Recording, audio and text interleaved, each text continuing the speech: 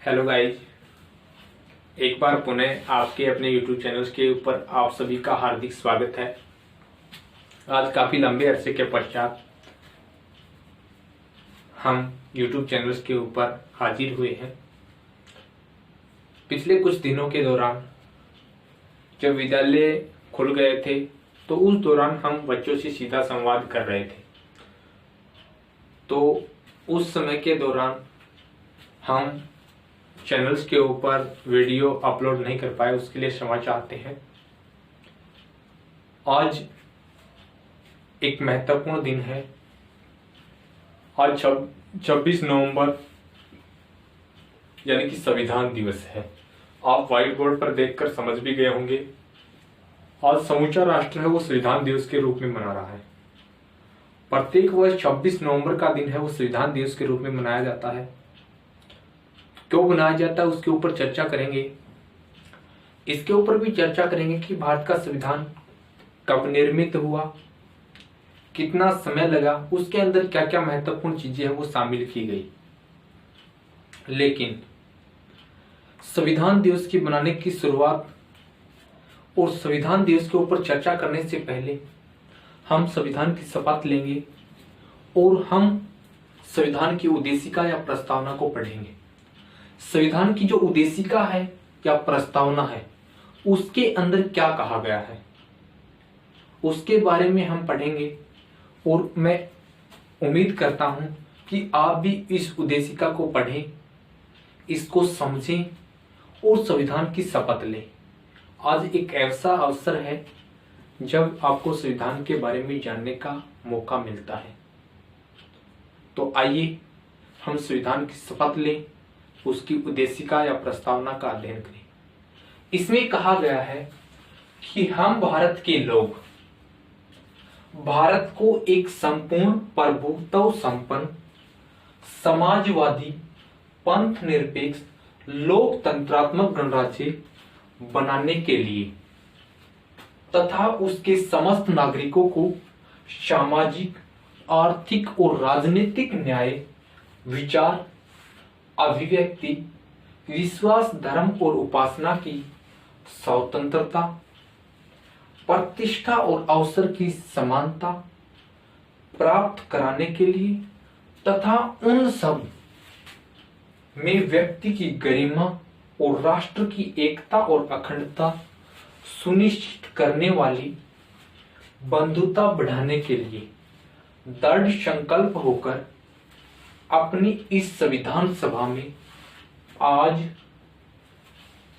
तारीख 26 नवंबर 1949 को एतद द्वारा इस संविधान को अंगीकृत, अधिनियमित और आत्मसमर्पित करते हैं। ये जो संविधान की जो उद्देशिका या प्रस्तावना है, इसमें भारत में शासन के स्वरूप को बताया गया है कि भारत में शासन का स्वरूप किस प्रकार का होगा। भारतीय संविधान के अंदर जो प्रस्तावना है या जो उद्देशिका है, इसको संविधान की खिड़की भी कहा जाता है। इसके माध्यम से हम ये देख पाते हैं कि भारत में शासन का स्वरूप किस प्रकार का होगा, भारत में सरकार किस प्रकार से कार्य करेगी। इसे संविधान की कुंजी भी कहा जाता है, एक प्रकार से गाइड भी है। ये हमें गाइड करती है कि किस प्रकार का शासन होगा या किस प्रकार के शासन का निर्माण कर सकते हैं हम। इस संविधान की उद्देशिका में जो 3 शब्द हैं जो अंडरलाइन किए हुए, समाजवादी, पंथ निरपेक्ष और अखंडता जो शब्द है, ये 1976 के अंदर 1976 में जब 44वां संवैधानिक संशोधन हुआ तो उस दौरान ये तीनों शब्द जोड़े गए थे। इससे पहले इसमें प्रभुत्व संपन्न लोकतंत्रात्मक गणराज्य बनाने के लिए तथा उसके समस्त नागरिकों को सामाजिक, आर्थिक और राजनीतिक न्याय प्रदान करने की बात कही गई थी। इसमें ये स्पष्ट बात कही गई है कि तारीख 26 नवंबर 1949 ईस्वी को इस संविधान को अंगीकृत किया गया था, अपनाया गया था, इसको आत्मसमर्पित किया गया था। इसके निर्माण की प्रक्रिया है वो 9 दिसंबर 1940 को संविधान की प्रथम बैठक के साथ हुई थी। उसके पश्चात संविधान की लगभग 167 बैठकें हुई। संविधान सभा की प्रथम बैठक जो 9 दिसंबर 1940 को हुई, उसमें संविधान सभा के अस्थायी अध्यक्ष के रूप में डॉक्टर सच्चिदानंद सिन्हा को नियुक्त किया गया। उसके जस्ट 2 दिन के पश्चात 11 दिसंबर 1940 को संविधान सभा की दूसरी बैठक हुई और उसमें स्थायी अध्यक्ष के रूप में डॉक्टर राजेंद्र प्रसाद को चुना गया। डॉक्टर राजेंद्र प्रसाद की अध्यक्षता में संविधान सभा ने और डॉक्टर बी.आर. अम्बेडकर की प्रारूप समिति के अध्यक्ष के रूप में इस संविधान सभा ने लगभग 167 बैठकों के साथ 2 वर्ष 11 महीने 18 दिन के मैराथन बैठकों के साथ लंबे विचार विमर्श और मंथन के पश्चात 26 नवंबर 1949 को भारतीय संविधान बनाकर तैयार कर दिया था। लेकिन इस दिन इस संविधान के अंदर कुछ छोटी छोटी कमियां रह गई थी। उन कमियों को दूर करने तथा जो 26 जनवरी 1930 से स्वाधीनता दिवस के रूप में 26 जनवरी का दिन मनाए आने के कारण इसे 26 जनवरी 1950 को लागू किया गया था। दूसरे शब्दों में अगर हम कहें तो भारतीय संविधान है वो 26 जनवरी 1950 को लागू किया गया था, जिस दिन हम समूचे देश के अंदर गणतंत्र दिवस के रूप में मनाते हैं। उसके पश्चात अगर हम बात करें संविधान की, तो संविधान जब निर्मित हुआ तो इसके अंदर 395 अनुच्छेद, 22 भाग और 8 अनुसूचियां इसमें शामिल की गई। आज इसमें परिवर्तन हो चुका है। आज लगभग 467 अनुच्छेद हैं, 22 भाग और 12 अनुसूचियां संविधान के अंदर सम्मिलित हैं। संविधान जब निर्मित हुआ तो संविधान के अंदर नागरिकों को कुछ मूल अधिकार प्रदान किए गए, कुछ राइट्स प्रदान किए गए संविधान के अंदर। उन अधिकारों में समानता का अधिकार, स्वतंत्रता का अधिकार, धार्मिक स्वतंत्रता का अधिकार, शोषण के विरुद्ध अधिकार, संवैधानिक उपचारों का अधिकार, शैक्षणिक और सांस्कृतिक अधिकार शामिल थे। इन अधिकारों को भाग 3 और अनुच्छेद 12 से 35 के दौरान सम्मिलित किया गया। इसके अतिरिक्त संविधान के अंदर कुछ नीति निर्देशक सिद्धांतों को भी शामिल किया गया। भारतीय संविधान के अंदर अलग अलग देशों के संविधान से जो महत्वपूर्ण चीजें थी, महत्वपूर्ण जो तत्व थे, वो शामिल किए गए हैं। इसलिए भारतीय संविधान को उधार का थैला भी कहा जाता है। एक तरफ जहां मूल अधिकार हैं वो अमेरिका से लिए गए हैं, नीति निर्देशक सिद्धांत है वो आयरलैंड से लिए गए हैं, समवर्ती सूची की बात की जाती है तो वो ऑस्ट्रेलिया से ली गई है, संघीय शासन व्यवस्था का जो ढांचा लिया गया है वो कनाडा से लिया गया है, ब्रिटेन से नागरिकता या संसदीय कार्य प्रणाली की चीजें हैं वो शामिल की गई है। इसके अतिरिक्त जो मौलिक कर्तव्य हैं वो सोवियत संघ या रूस से लिए गए हैं। योजना आयोग की जो संकल्पना है वो भी सोवियत संघ से ली गई है। जर्मनी से आपातकालीन जो व्यवस्था है वो है, वहीं अफ्रीका से संशोधन की शक्तियां और कानूनी प्रावधान है वो लिए गए हैं। तो इस प्रकार से विभिन्न देशों के संविधान से जो महत्वपूर्ण जो चीजें थी उनको भारतीय संविधान में शामिल कर लिया गया। इसके अतिरिक्त भारतीय संविधान में जब निर्मित हुआ तो इसके अंदर नागरिकों को अधिकार तो प्रदान कर दिए गए, लेकिन उनके लिए कुछ ड्यूटीज निर्धारित नहीं की गई। चर्चा हो रही थी, बहुत लंबी मैराथन चर्चाएं हुई, लेकिन अंत में निष्कर्ष नहीं निकल पाया कि ड्यूटीज को शामिल किया जाए या नहीं किया जाए। उसके पश्चात जब 42वां संवैधानिक संशोधन हुआ 1976 में, उस दौरान संविधान के अंदर नागरिकों को 10 मूल कर्तव्य प्रदान किए गए।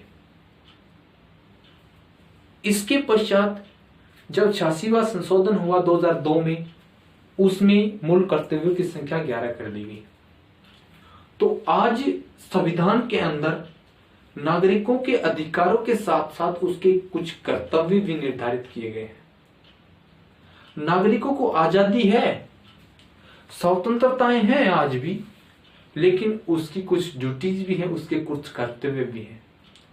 आज हम देखते हैं, हम संविधान के अधिकारों के बारे में तो जागरूक हैं, लेकिन अपनी जो ड्यूटीज है, अपने जो कर्तव्य हैं, उनके प्रति सजग नहीं है।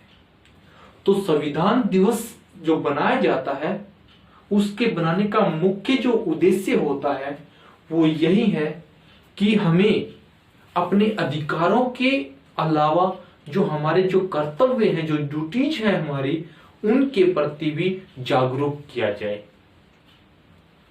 हम अपने कर्तव्यों के प्रति भी जागरूक हों।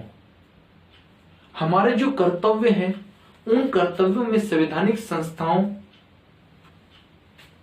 जैसे कि राष्ट्रपति प्रधानमंत्री का जो पद है वो, या अन्य जो संवैधानिक पद हैं वो, या संवैधानिक संस्थाएं हैं, राष्ट्रगान है, राष्ट्र ध्वज है, उसका सम्मान करने की बात कही गई है। इसके अतिरिक्त पर्यावरण के संरक्षण में योगदान देने, वन्य नदी, झील एवं वन्य जीवों के संरक्षण की बात करने, वैज्ञानिक सोच, नवाचार को बढ़ावा देने की बात कही गई है, नए नए अनुसंधान की बात कही गई है, व्यक्तिगत और सामूहिक उत्कर्ष के लिए काम करने पर जोर दिया गया है। मौलिक कर्तव्यों के अंदर जो हमारे जो आदर्श वाक्य हैं, जैसे सत्यमेव जयते है, उसके बारे में बात की गई है कि हमें जो आदर्श वाक्य उनका सम्मान करना चाहिए। मौलिक कर्तव्यों में इस बात पर जोर दिया गया है कि जो हमारे स्वतंत्रता सेनानी जो हैं, उनका हमें सम्मान करना चाहिए। उनके जो बताए गए रास्ते हैं, जो बताए गए उनके सिद्धांत हैं, जो कुछ उनके जो स्लोगन हैं, उनका अनुसरण करना चाहिए हमें। ये सब कुछ मौलिक कर्तव्यों के अंदर शामिल किया गया। जब संविधान के अंदर 86वां संशोधन हुआ 2002 के अंदर, तो उस दौरान जो मौलिक कर्तव्य थे 10 थे, उनको बढ़ाकर 11 कर दिया गया। जो 86वां संवैधानिक संशोधन हुआ, उसमें अभिभावकों के भी एक मौलिक कर्तव्य शामिल किया गया। और आज सबसे ज्यादा अगर शिक्षा के क्षेत्र में बात की जाती है, तो 11वां जो मौलिक कर्तव्य, उसकी चर्चा करना महत्वपूर्ण हो जाता है।